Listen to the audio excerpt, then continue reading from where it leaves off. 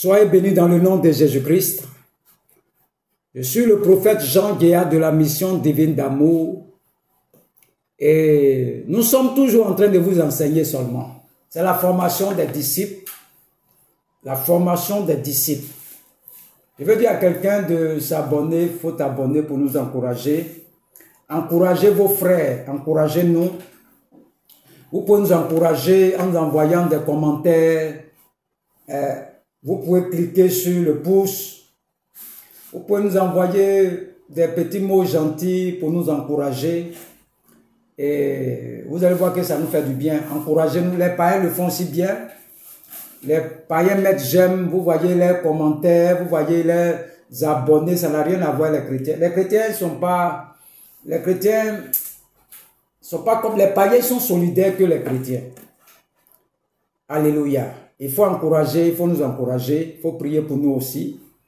Nous sommes en train de mettre quelque chose en place qui va prendre forme bientôt.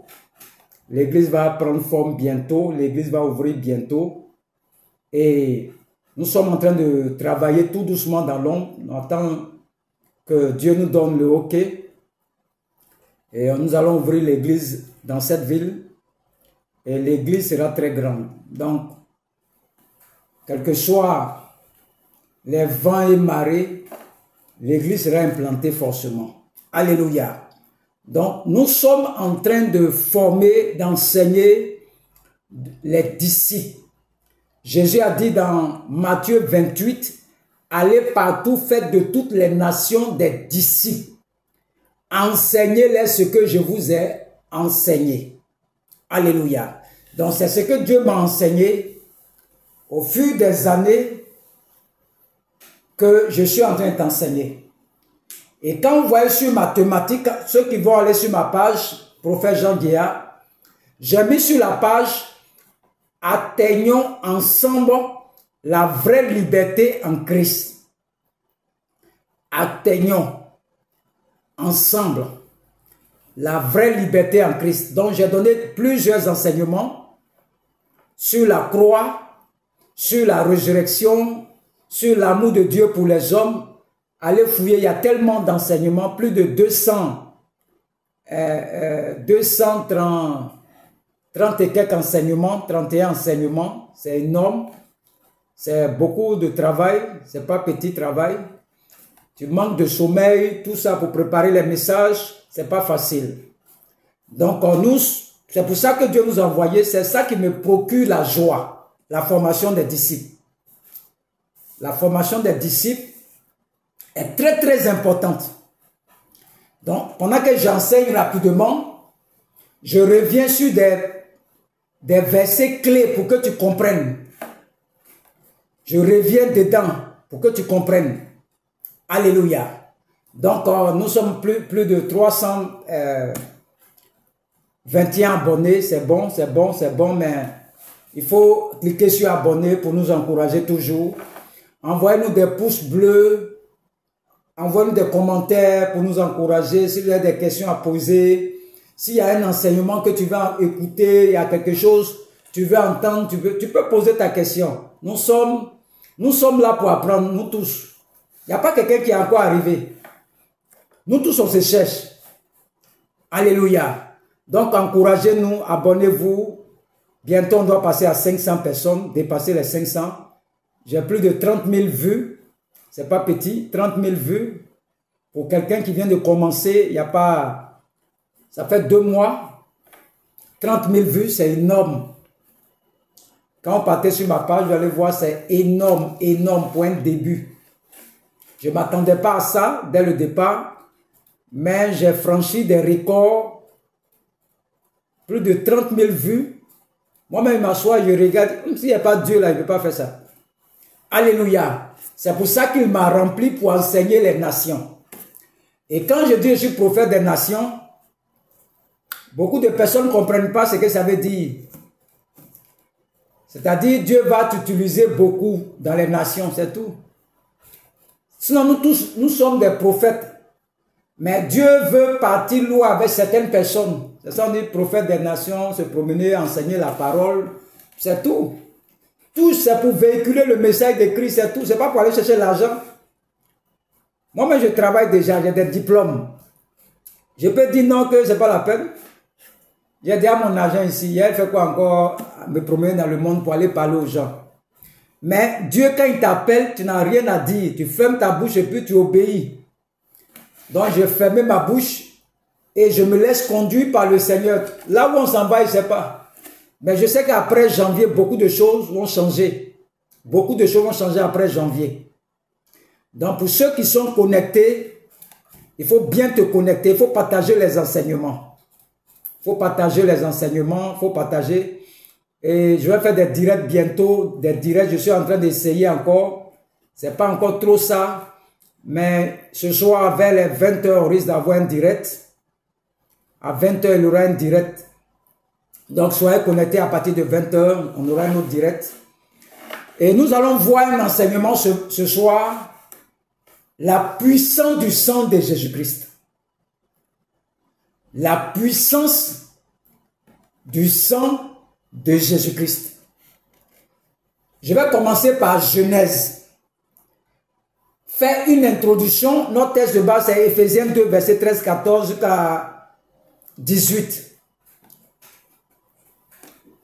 Lorsque Adam et Ève étaient dans le jardin, lorsqu'ils ont mangé la pomme adamique que Dieu a défendu de manger, Dieu va les rejeter du jardin, le jardin d'Éden. Et lorsqu'il va les chasser du jardin, Dieu va tuer un animal. Et il va enlever la peau là, il va fermer Adam et Ève. Donc Dieu montrait à Adam et Ève, quand tu veux te rapprocher de moi là, il faut que le sang verse. Donc Dieu me va montrer l'exemple à Adam. Quand il tue l'animal, il les a rejetés. Mais quand l'animal est tué, il vient vers eux, il va venir les revêtir. Ça veut dire que le sang nous rapproche de ce Dieu-là. Mais c'était le sang des animaux. Donc c'est pour un temps. Et après, il va les chasser du jardin d'Éden. Quand ils vont sortir, ils vont avoir deux enfants. Ils vont avoir Caïn, le premier enfant, et Abel, le deuxième enfant. Et lorsqu'ils ont eu les deux enfants, arrivé un moment, ils ont retenu la leçon. Ils doivent offrir des choses à Dieu pour avoir le pardon du Seigneur. Abel va envoyer les premiers-nés de son troupeau. Caïn va envoyer les premiers-nés de son champ. Et Dieu va accepter l'offrande d'Abel parce que dans l'offrande d'Abel, il y a la notion de sang. L'animal qu'il a envoyé, il y a le sang dedans. Donc Dieu va accepter pour Abel. Il va dire à Caïn, si tu fais bien, tu seras accepté. Mais si tu fais mal, tu seras rejeté. Le péché se couche à ta porte, mais toi, domine sur le péché. Caïn ne va pas écouter Dieu. Caïn va tuer Abel. Le sang d'Abel va verser. Regardez, le sang d'Abel. Quand Caïn a tué Abel, il n'y avait personne. Mais quand tu lis Genèse 4, verset 10, on dit le sang d'Abel crie de la terre. C'est-à-dire, le sang a une voix qui est inaudible.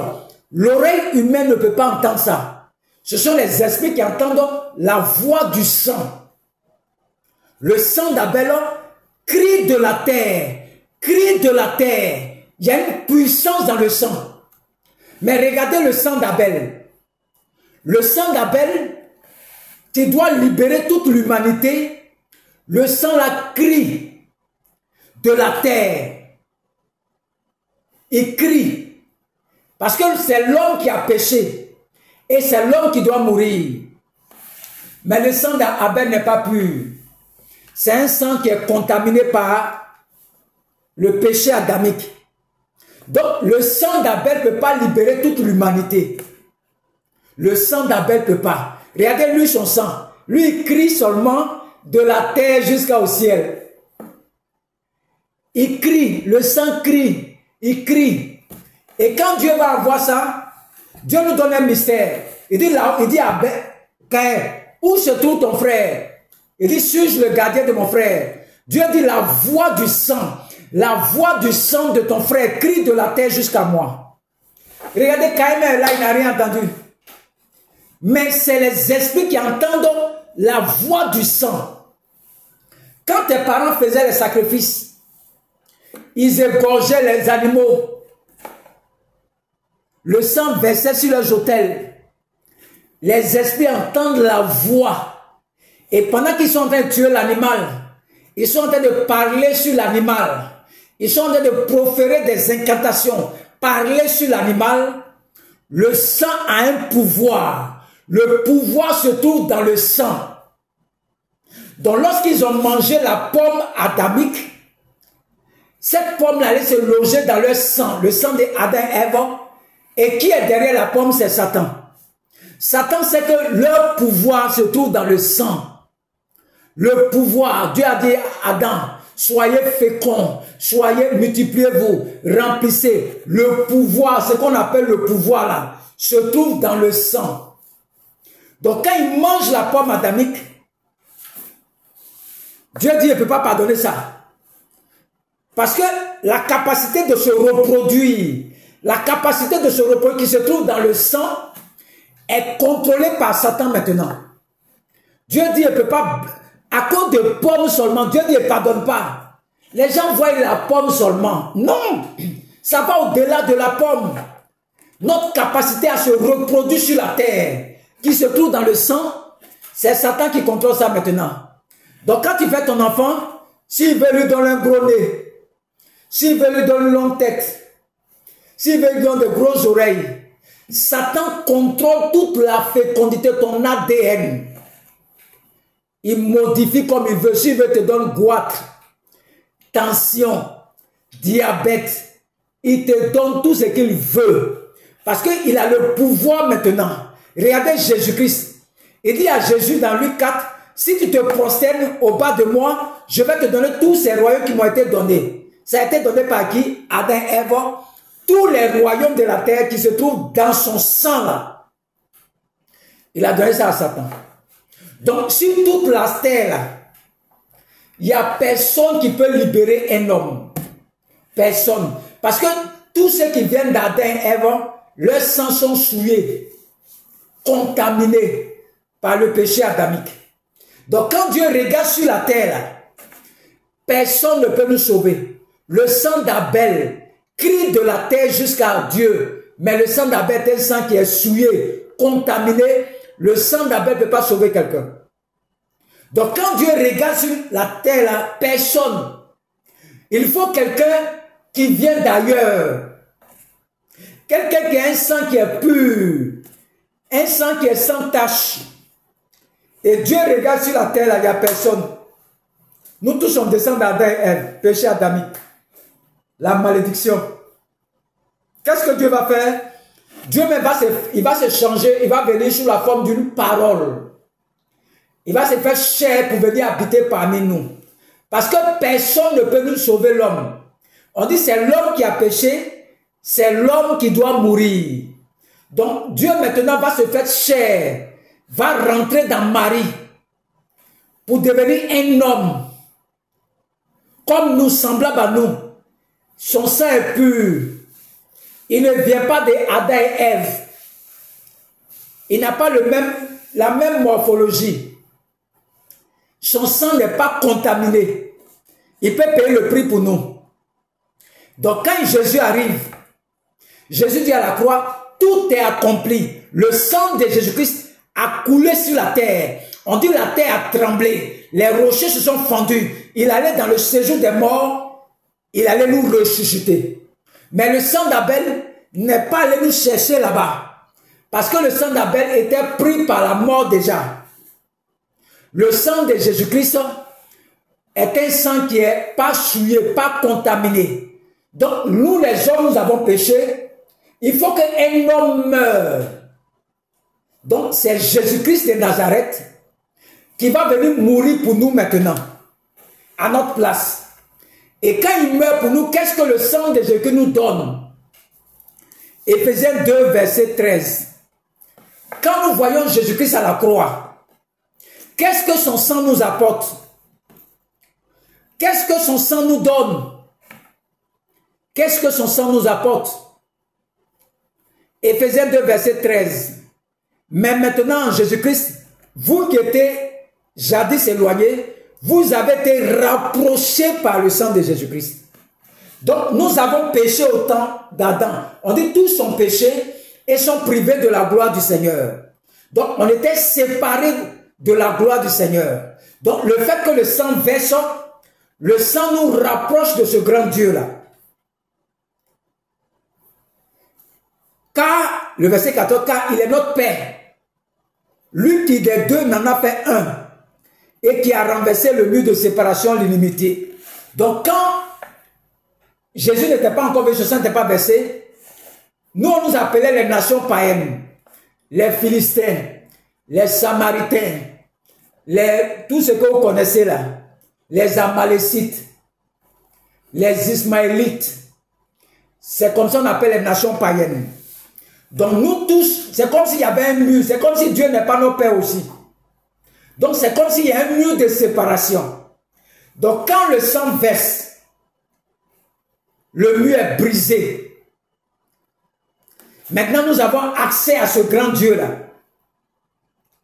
Maintenant, les Juifs qui nous appelaient les païens là, le mur qui était en nous et puis les Juifs là, le mur aussi est rompu. On appelle ça le mur de l'inimitié. Maintenant, nous et les Juifs, nous sommes réconciliés. Nous sommes un même peuple par le sang de Jésus-Christ. Et nous, avec ce grand Dieu-là, nous sommes rapprochés. Le verset 15, ayant anéanti par sa chair la loi des honneurs dans ses prescriptions, afin de créer en lui, même avec les deux, un seul corps, homme nouveau, en établissant la paix et de les réconcilier l'un et l'autre en un seul corps avec Dieu par la croix, en détruisant par elle l'inimitié. Donc Dieu maintenant, qu'est-ce qu'il fait? La loi de Moïse dit, quand vous allez rentrer, aller à Canaan, ne vous mélangez pas aux autres peuples. Donc cette loi qui fait que les Juifs ne mangent pas chez les païens là, ne rentrent pas dans leur maison là, cette loi est anéantie. Il n'y a plus de loi maintenant de Moïse. Il n'y a plus de limites chez nous maintenant. Il n'y a plus d'interdiction. Un juif peut rentrer chez nous. On a vu à Yamsoko ici au temps d'Oufoué. Il y a une cité, on dit que c'est les juifs qui habitaient là avant au temps d'Oufoué.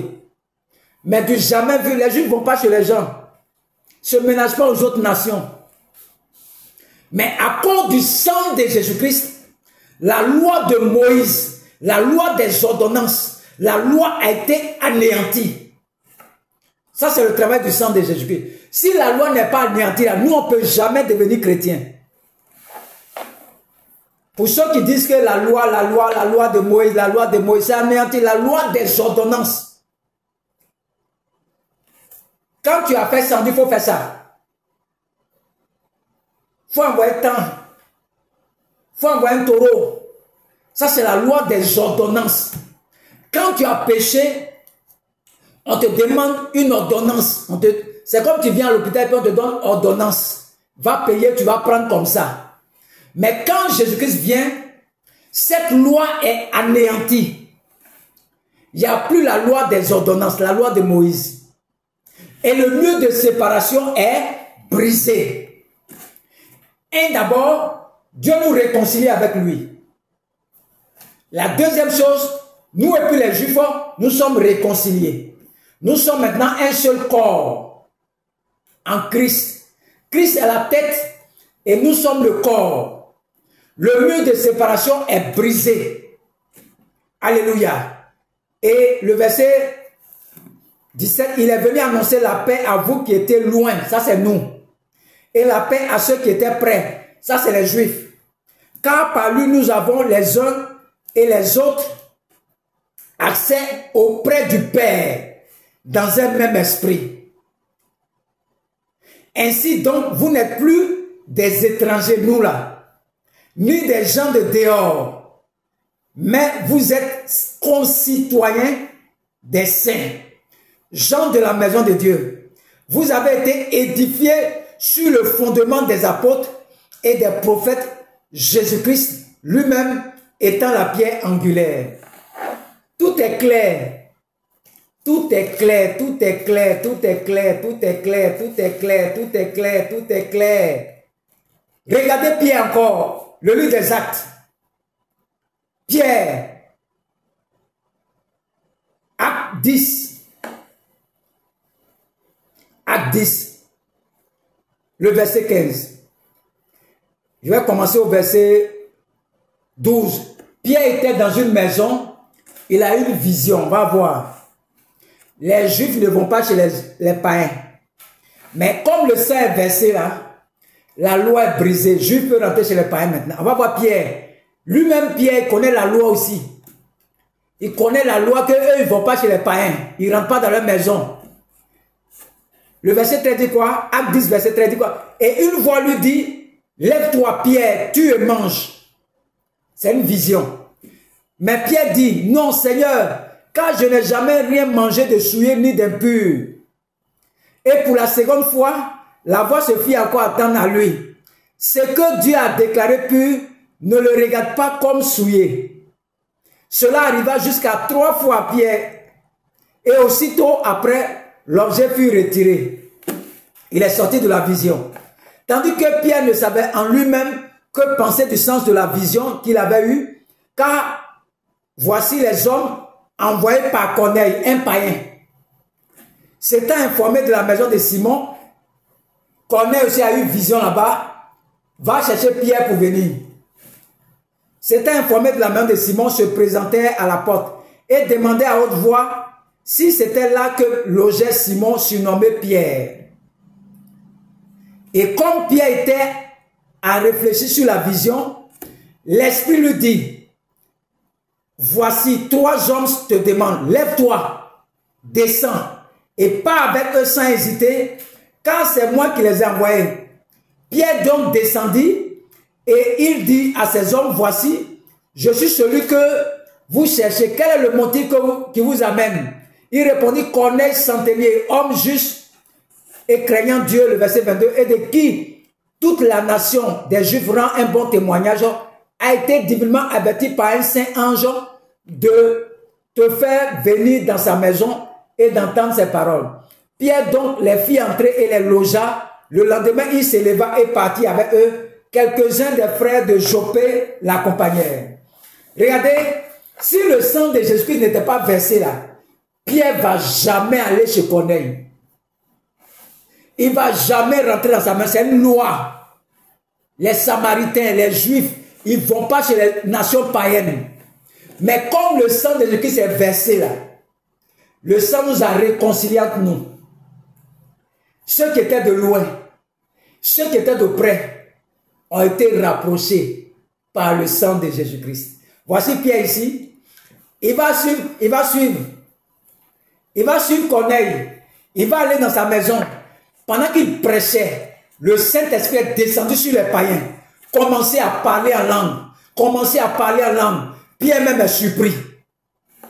Le verset, Acte 10, verset 46. Alors Pierre dit, peut-on refuser l'eau du baptême à ceux qui ont reçu le Saint-Esprit aussi bien qu'à nous?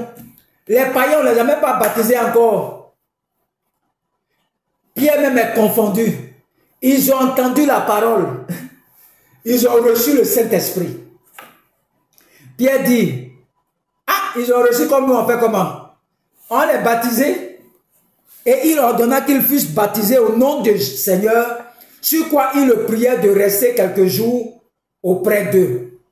Maintenant, quand Pierre a fini là, ses frères qui sont à Jérusalem là, parce que là-bas, là, quand tu violes les lois, on te lapide. On te lapide. Acte 11. Les apôtres et les frères qui étaient dans la Judée apprirent que les païens avaient aussi reçu la parole de Dieu. Ils ont appris. Ils ont appris. Et lorsque Pierre fut monté à Jérusalem maintenant, les fidèles circoncis lui adressèrent des reproches en disant, tu es entré chez des incirconcis et tu as mangé avec eux. Pierre se mit à leur expliquer d'une manière suivie ce qui s'était passé. Il dit, j'étais dans la ville. Il a commencé à expliquer. Je dormais dans une ville, j'ai fait songe. Je voyais une nappe descendre. On dit, tu es mort 3 fois. Et je suis sorti de la vision. 3 personnes viennent me demander, Corneille veut te voir, des païens. Le Saint-Esprit descend et puis va avec eux. Pierre, ils sont en train de questionner Pierre maintenant. Si tu n'as pas bien répondu, on va te lapider, on va te tuer. Même si tu es Pierre, les Juifs ne blaguent pas avec la loi de Moïse. Mais regardez ce que le sang a fait. Anéantit la loi des ordonnances qui empêchait les Juifs, le mur, c'est ce qu'on appelle le mur de l'inimitié. Les Juifs ne vont pas chez les païens. Mais à cause du sang de Jésus-Christ, Pierre allait chez les païens et Pierre a mangé chez eux. Du jamais vu chez les Juifs. Regardez la puissance du sang de Jésus-Christ. Réconcilié avec les païens. Ils sont en train de parler là. En train de parler en langue. Ils sont surpris. Ils disent, mais c'est qu'on les baptisait en même temps.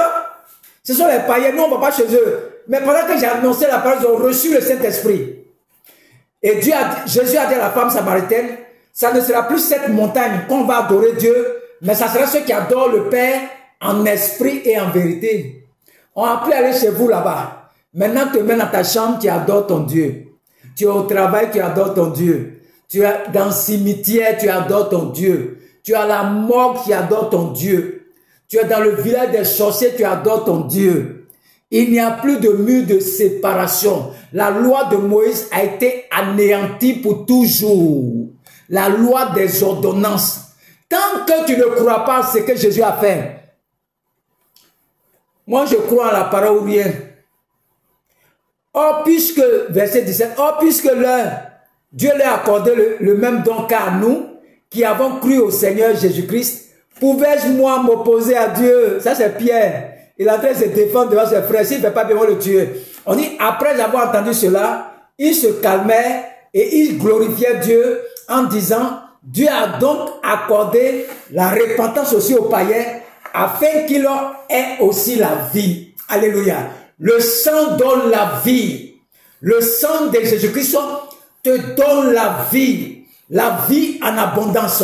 Le sang de Jésus-Christ, la puissance est dans le sang. Le sang de Jésus-Christ est plus puissant que le sang d'Abel, est plus puissant que le sang des taureaux, est plus puissant que le sang des sorciers, est plus puissant que le sang des démons. Le sang de Jésus-Christ, il y a la puissance dans le sang de Jésus-Christ. Regardez le sang. Tous ceux qui sont malades, tu reçois ta guérison maintenant au nom de Jésus-Christ. Tu reçois, quelle que soit la maladie que tu as, je déclare que tu reçois ta guérison. Tu reçois ta guérison. Tu reçois ta guérison. Tu reçois ta guérison. Mets ta main sur moi. Tu es guéri au nom de Jésus-Christ. Le sang nous a rapprochés. Nous avons droit à la vie aussi. Les païens ont droit à la vie aussi. Les païens ont droit à la réussite aussi. Ils ont droit au succès aussi. Reçois ton miracle. Reçois ton miracle, reçois ton miracle, reçois ta guérison, reçois ta guérison, reçois ta guérison, reçois ta guérison, reçois ta guérison au nom de Jésus-Christ. Tous ceux qui sont malades sont guéris. Colle ta main sur l'écran, tu reçois la guérison au nom de Jésus-Christ. Tu la reçois. Si tu es malade, comment? Mets ta main, tu reçois ça maintenant. Au nom de Jésus-Christ, nous avons la vie. La vie, c'est Jésus-Christ. En elle était la vie, la lumière du monde. Le sang de Jésus-Christ anéantit la loi de Moïse. Sinon, nous les païens, on ne va jamais devenir chrétiens. Si vous ne croyez pas à ce que Jésus a fait, sortez des églises. Si vous ne croyez pas au sang de Jésus-Christ, si vous ne croyez pas la puissance qui est dans le sang de Jésus-Christ, sortez des églises. Tu fais quoi à l'église? S'il n'y a pas la puissance dans le sang de Jésus-Christ, tu fais quoi à l'église? C'est que tout ce que tu fais, c'est en vain. Tu vas aller à l'enfer. Nous sommes les païens. Nous étions jadis éloignés. Le sang nous a rapprochés. Nous sommes rapprochés par le sang de Jésus-Christ. Il y a une puissance dans le sang de Jésus-Christ. Je déclare là où tu as mal, là, que ce soit la tuberculose, que ce soit un cancer, que ce soit une cardiomégalie, que ce soit le cancer de la peau, que ce soit ulcère de brûlure, que ce soit diabète, que ce soit ulcère, que ce soit gono, que ce soit fibrome, je déclare par le sang de Jésus-Christ que tu reçois ta guérison. Quelque chose là où tu te trouves, à l'hôpital, dans ta maison, au marché, reçois ta guérison, reçois ta guérison, reçois ta guérison, reçois ta guérison, reçois ta guérison, reçois ta guérison. Au nom de Jésus-Christ, tu es guéri. Tu as entendu la parole. Tu crois en cette parole. Tu es libéré dans le nom de Jésus-Christ. Tous ceux qui ont des problèmes financiers, mets ta main sur l'écran. Tu es libéré dans le nom de Jésus-Christ. Crois seulement. Tu es libéré. Tu as entendu la parole. Il faut croire maintenant. Tu es libéré de tes finances. Endettement. Prison satanique. Je te libère dans le nom de Jésus-Christ. Je brise les chaînes de la malédiction. Je te libère de ce voile satanique. Je te libère de ce voile satanique. Je te libère de ce voile satanique. Au nom de Jésus-Christ. Tu es libéré totalement. Tu es libéré totalement. Tu es libéré totalement. Tu es libéré totalement. Tu es libéré totalement. Tu es libéré totalement. Tu es libéré totalement. Au nom de Jésus-Christ. Je suis le prophète Jean-Pierre de la mission divine d'amour. J'attends toujours ces prédicateurs véreux. Dieu nous a libérés par son sang. Il nous a libérés. Si tu ne crois pas, même si il ne faut pas croire en moi, mais crois en la parole. Et ta vie va changer. Le sang nous a libérés.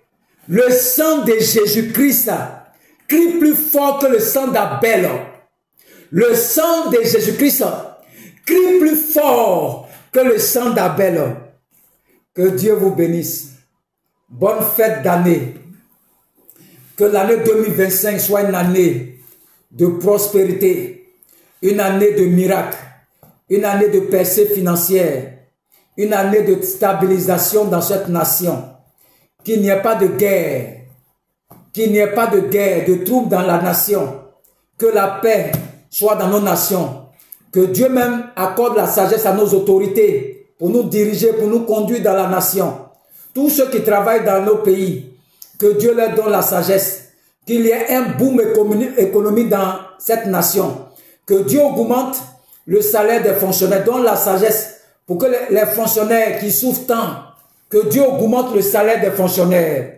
Le salaire des gens qui sont au privé. Ce sont nos pères de famille, les planteurs. Que les cacao puissent couler tous les produits. Que tous les chercheurs, Dieu donne les moyens à nos docteurs, à nos chercheurs, leurs enseignants, tous les corps, les hommes de l'armée. Que Dieu protège tout le monde, protège la famille de tout le monde. Que Dieu veille sur nous tous dans cette nation. Que 2025 soit une année de prospérité, une année de bénédiction, une année de grâce, une année d'abondance. Que Dieu vous bénisse. Que Dieu vous bénisse. Que Dieu vous bénisse. Que Dieu vous bénisse. Que Dieu vous bénisse. Au nom de Jésus. Amen.